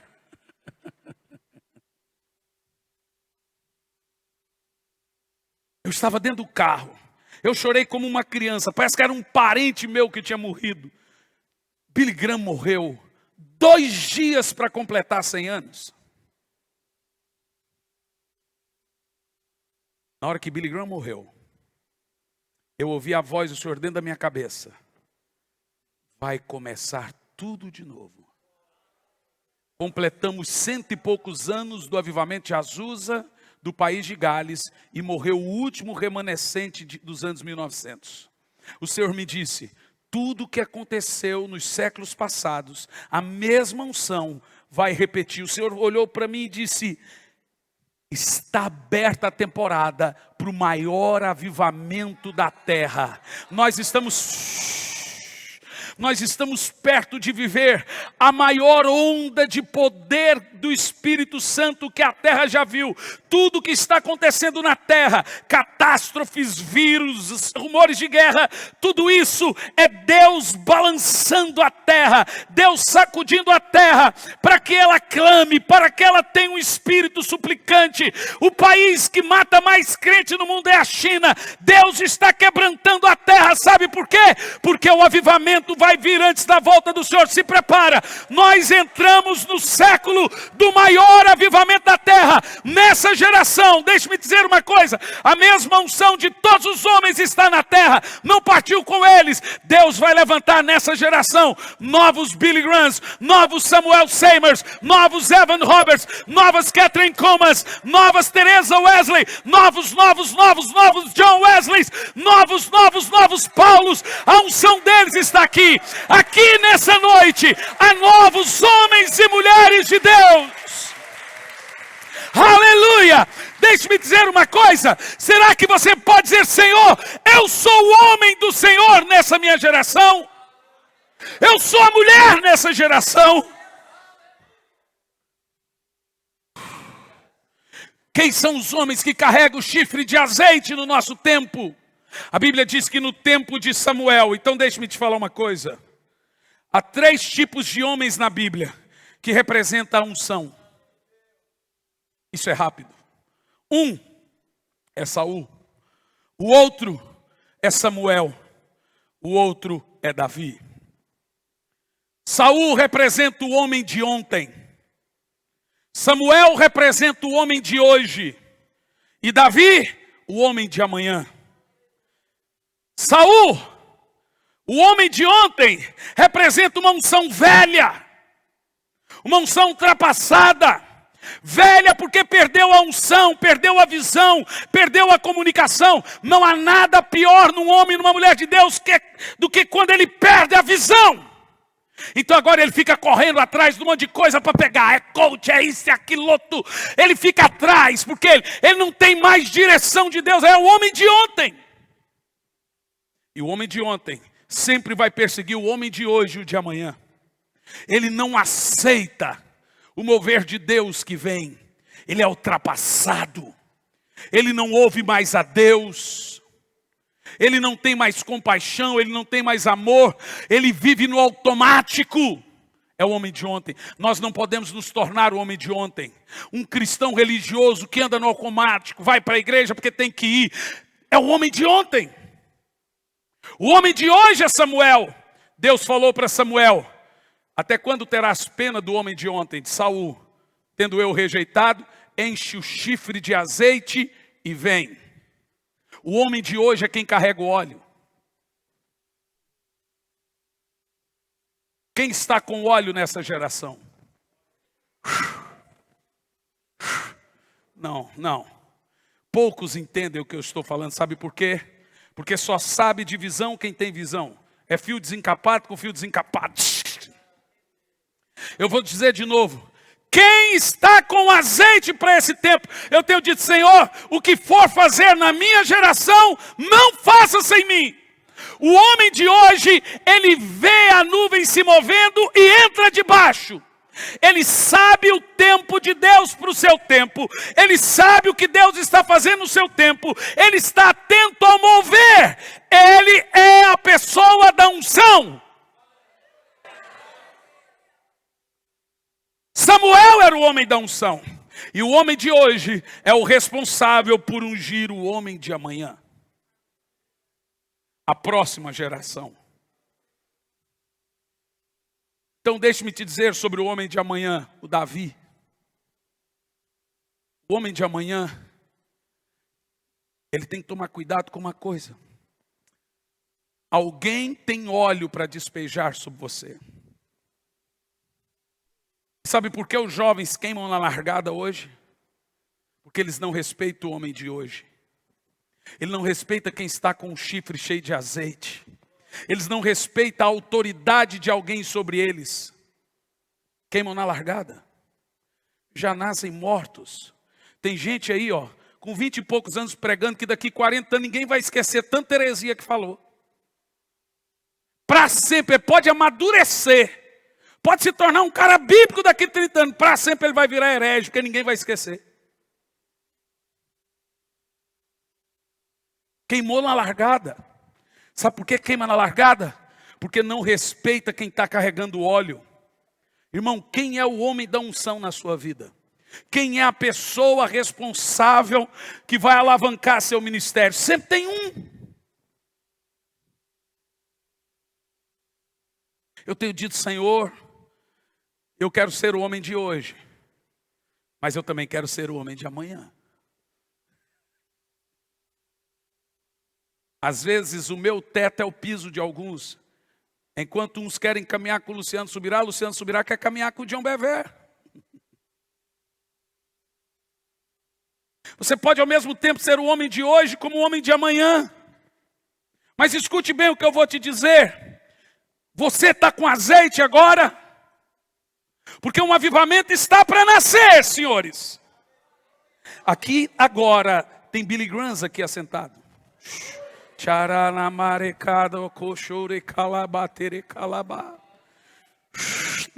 Tem gente aqui que vai ganhar uma nação inteira.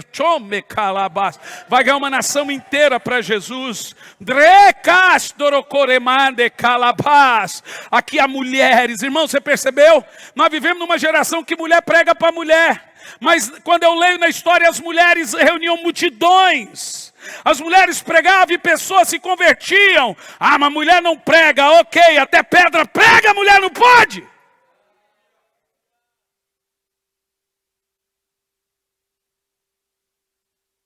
A Sempre McPherson, no seu tempo, construiu um templo para 10 mil pessoas. Ninguém tinha igreja construída. Uma mulher levantou. Foi a primeira igreja no mundo a comprar uma rádio gospel. Uma mulher. Ela não pregava só para mulheres. A mulher prega para mulher, irmão. Mulher prega onde Deus quiser mandar.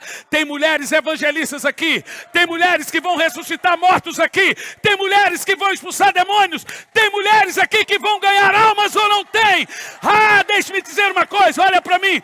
Unção não tem sexo. A unção, ela vem sobre aqueles que estão sedentos. Há algo soprando aqui nessa noite. Há algo soprando aqui nessa noite. Eu estou vendo corrente de óleo quente caindo na cabeça de algumas pessoas agora.